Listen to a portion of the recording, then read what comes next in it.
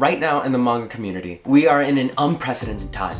So many of our favorite mangas have ended or have entered their final arc. I'm talking about classics.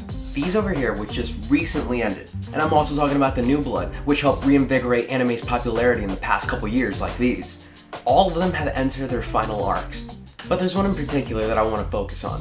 And that's Kaguya Sama. There's gonna be spoilers for Kaguya. I mean, we're talking about the final arc here. I'm more biased to Kaguya Sama because I'm a sucker for romantic comedies. Not much of a battle shonen kind of guy.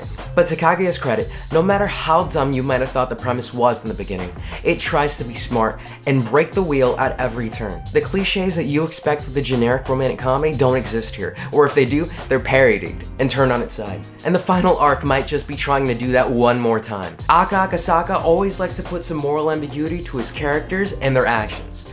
But there's been one thing that's always remained constant, and that's the terrifying presence of the Shinomis family. The only thing that's been black and white for the entire series, with them being the catalyst for almost all of the main obstacles our characters have to go through. But is Akasaka trying to humanize them?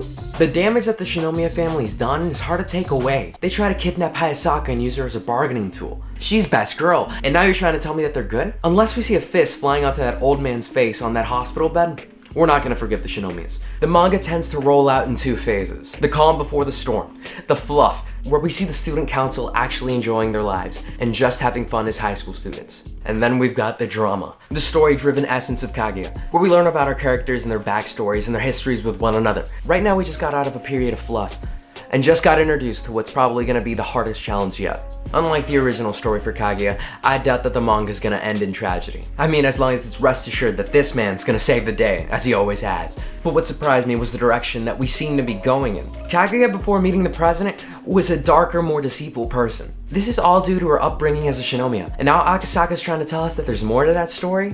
I don't know. Since I think that's what we're all thinking we're heading to, that's definitely not gonna be the destination. There's a lot of potential for them to be redeemed, as that would already be flipping the script on all of us. Or there could be a double take, and the cards be reversed in Shirogane one more time. I mean, Maki's side of the family can't be the main antagonist, right? We just got introduced to Mikado, right? Well, unlike Aka's previous work, Instant Bullet, this story wasn't motivated by an internal struggle. He said he couldn't keep writing Instant Bullet because he's not in that mindset anymore. Yeah, because of that, Kaguya's not gonna have a sad ending. That doesn't mean that the characters aren't gonna go through an obstacle. A time jump's probably gonna be the most realistic option here. Maybe Shirogane doesn't go to America, and he stays in Japan doing his best to try and find Shinomiya. In truth, if the manga's trying to adhere to the story at all, it's gonna be a long time before they reunite with each other. And maybe this final arc's gonna stretch out longer than what we think it is. I mean, we still need some resolution on some of the character relationships, and hopefully we'll get them, right?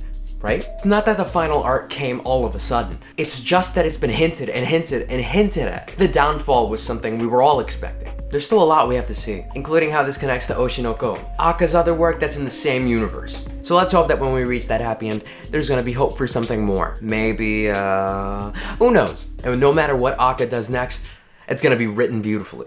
So, catch you on the next issue.